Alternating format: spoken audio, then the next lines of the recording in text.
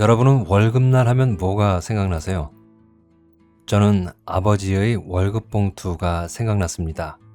요즘은 월급을 계좌로 바로 이체해주지만 예전에는 서류 봉투 같은 황갈색 봉투에 앞면에는 기본 공제 얼마, 누구 상조회비 얼마 이런 식으로 기재를 하고 제일 밑에 실제 손에 드는 월급이 얼마라고 쓰여 있었습니다.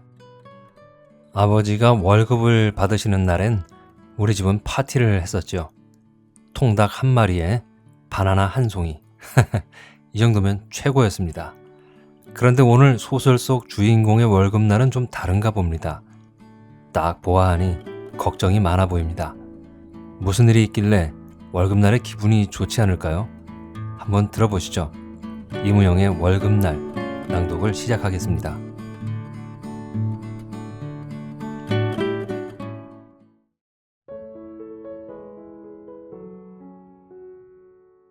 월급날 이무영. 월급날은 기쁘기도 하지만 또한 우울한 날인 것은 어느 졸자 월급쟁이한테나 일반이지만 상권이한테는 더욱 그러했다. 쥐꼬리만한 월급에 원천 과세다, 상조회비다, 친목회비, 무슨 환송회에 무슨 전별금이다. 요리떼고 조리떼고 나면 3분의 1이나 떨어져 나가는 데다가 양복, 와이셔츠, 심지어 양말까지도 외상이요. 월부로 살아오는 터고 보니 말이 월급날이지 손에 들어오는 것은 3분의 1이 못 되는 수가 많다. 월급날은 정해놓을 것이 아니라 수시로 슬쩍 주면 좋잖나? 이런 소리를 하는 친구도 있었다. 외상이고 월부고를 좀 미뤄보자는 수작이었다. 하도 따분하니까 하는 소리였을 것이다. 한 달 죽도록 일을 해서 남의 좋은 일만 한 것 같은 억울함에서이기도 했다. 그런 중에도 상고는 정말 억울했다. 한 번 만져보지도 못한 돈을 20만 환이나 물어야 했던 것이다. 남의 빚 보증하는 자식은 아예 낳지도 말랬다는데 상고는 정에 못 이겨 같은 동료한테 도장 한번 빌려주고 20만 환을 꼬박이 물어야 했다.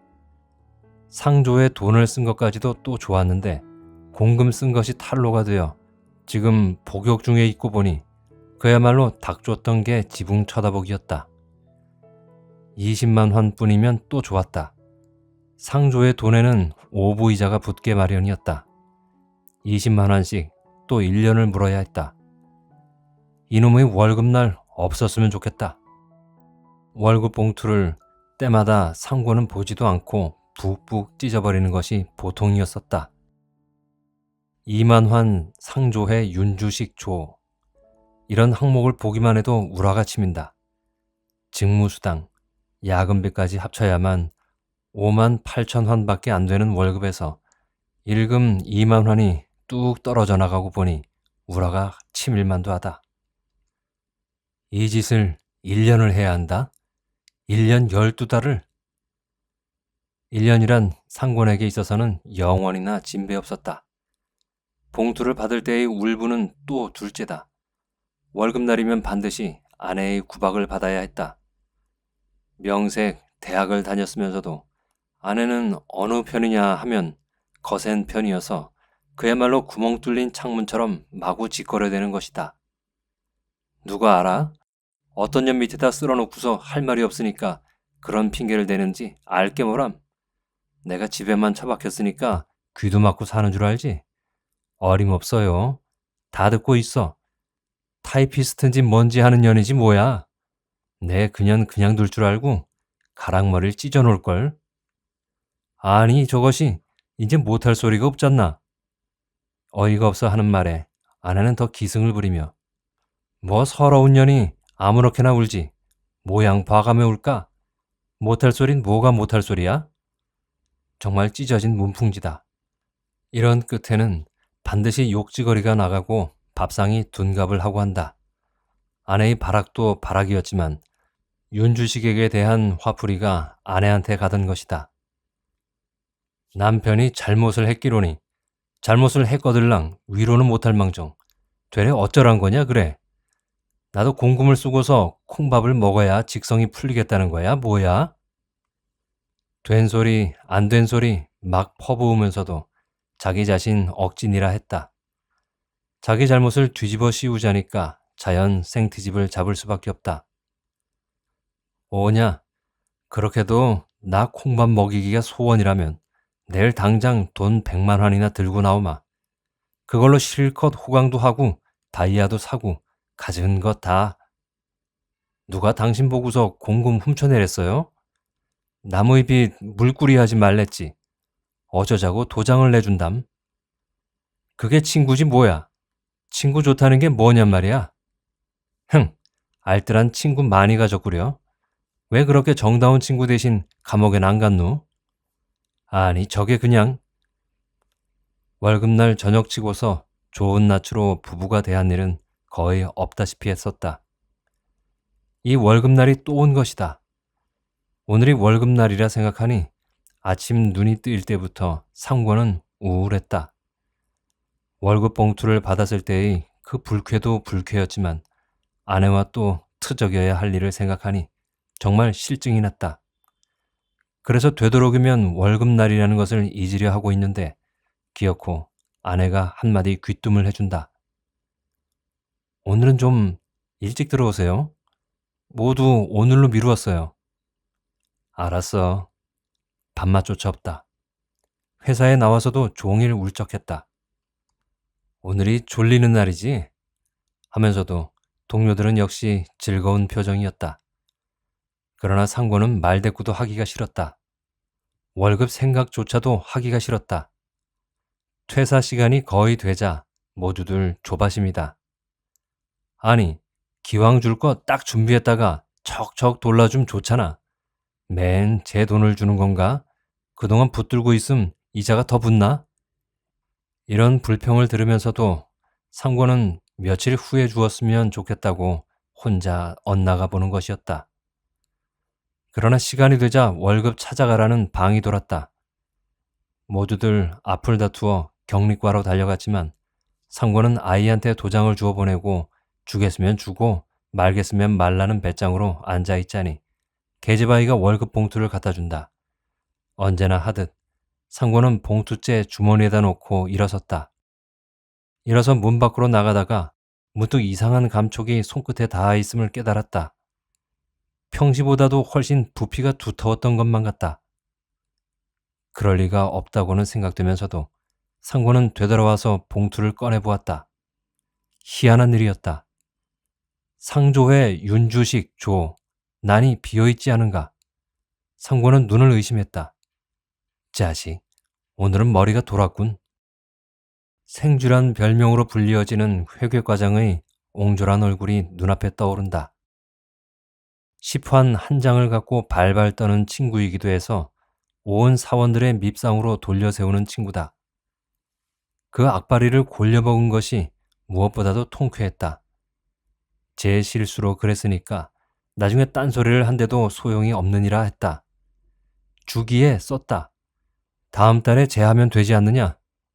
이렇게 내댈 작정을 하고 도망치듯 밖으로 뛰어나오려니 동료 하나가 어깨를 툭 친다. 월급날의 우울을 고스란히 집으로 가지고 갈 순 없잖아. 막걸리를 하자는 것이다. 속을 트고 지내는 사이이기도 했다. 2만 원을 고스란히 타고 나니 마치 공돈 같았다. 기분이 좋아서 친구한테 그런 이야기를 해가며 막걸리를 맥주로 크라운장으로 호기 있게 발전을 한 것은 물론이다. 아내한테도 잠자코 있으면 그만이었다. 상고는 상조회비 난에 2만 원을 기입하는 것도 물론 잊지 않았다. 아, 정말 통쾌하다. 주판도 그런 실수를 할 때가 있거든. 나중에 발견하고서 콩 튀듯 할게라. 뙤약볕에 콩 튀듯 하라지. 오늘이면 다 똥이 될걸. 되배틀하겠나? 배틀하면 뱉어주지. 정말 신난다. 신나고 생주 녀석 콩 튀듯 할 생각을 하니 통쾌해. 통쾌하거든. 그놈의 2만 원 때문에 월급날도 막걸리 한번 마음 놓고 먹지 못해온 울분을 푸는 데는 2만 원도 오히려 부족했다. 아, 정말 통쾌한데. 친구가 맞장구를 쳐주는 바람에 정말 2만 환을 거의 다 먹어치웠다. 2만 환 뭉치에서 남은 돈은 슬쩍 딴 주머니에 집어넣고 늦게야 집으로 돌아왔건만 상권은 통쾌했다. 아내한테도 떳떳했다. 술 또 많이 자셨구만. 얼마나 썼수 또? 쓰긴 내 돈 한 푼도 안 썼어. 얻어먹었지. 헤어보면 알 것 아냐? 하고 큰 소리를 치며 월급 봉투째 썩 내주면서도 통쾌했다. 이상하게도 아내는 오늘은 아무 말도 없고 봉투를 받아들고 고개를 기웃거리더니 돈을 헤어보기도 하고 또 봉투를 들여다보더니만 남편 앞으로 바짝 다가앉으면서 하는 소리가 욕이었다. 아니 여보, 이런 도둑놈들이 있어? 뭐가 말이야? 아니 글쎄, 그 빚을 지난달까지 다 끊어줬는데 이달 또 2만 원을 제했으니 웬일이어요? 이놈들이 우리가 모를 줄 알고 그랬나 보. 어김없이 내가 월급 봉투를 차곡차곡 남겨두었기에 망정이지. 안 그랬더라면 꼼짝없이 또 물 뻔하지 않았어? 내 당장 내일 아침에 월급 봉투를 모조리 갖고 가서 망신을 톡톡히 주어야지. 아이, 날도둑들이야, 날도둑.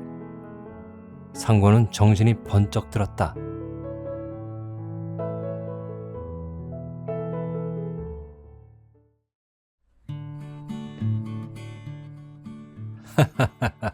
지금 이 상황이 어떻게 된 거냐면요. 생각만 해도 웃긴 것이 상권이가 자기만 야가 빠진 줄 알고서 야근채 하다가 와이프한테 된통 당하게 되는 상황이거든요. 상권이가 자기 친구 윤조식에게 도장을 빌려주었는데 그것이 잘못돼서 빚을 떠안게 된 것입니다. 친구 윤조식이가 회사에 상조의 공금을 빼서 쓴 것인데 그것 때문에 친구는 감옥에 가 있고 상권이는 월급에서 2만 원씩 거의 1년 동안이나 월급 차압을 당하게 생겼던 겁니다. 그런데 이번 달 봉투를 받아보니 이상하네. 먼저 공제되고 받았어야 할 월급이 아니라 2만 원이 고스란히 들어있는 월급이었어요. 그래서 상권은 생각했죠. 그 옹졸하게 생긴 회계과장이 실수로 공제란을 비우고 돈을 공제하지 않았구나 싶었던 거예요. 아하, 이렇다면 옳았구나. 그렇다면 나중에 달라면 그때 가서 주면 되고 일단은 공돈이 생겼으니 술이나 마셔야지 하는 계산으로 친구와 함께 막걸리로 시작해서 맥주까지 마시고 집에 들어갔던 겁니다. 그리고는 당당하게 봉투를 떡하니 내놓습니다. 그런데 아뿔싸, 공제될 금액은 이미 다 공제가 되어서 이번 달부터는 정상적으로 월급을 받아야 하는 것이었네요. 그걸 상권이는 몰랐던 겁니다. 혼자 약 바른 채 하고 아내는 모르겠거니 했는데 아내는 이미 다 계산을 하고 있었던 것이죠. 그럼 이제 남은 건 뭘까요? 상권이 머리털 뜯기는 일만 남은 것 같은데요. 그렇죠? 재밌게 들으셨나요? 짧은 꽁트 같은 소설이었습니다. 재밌게 들어주셔서 감사하고요. 지금까지 이무영의 월급날이었습니다. 행복하고 편안한 주말 보내세요. 그럼 다음에 또 뵙겠습니다.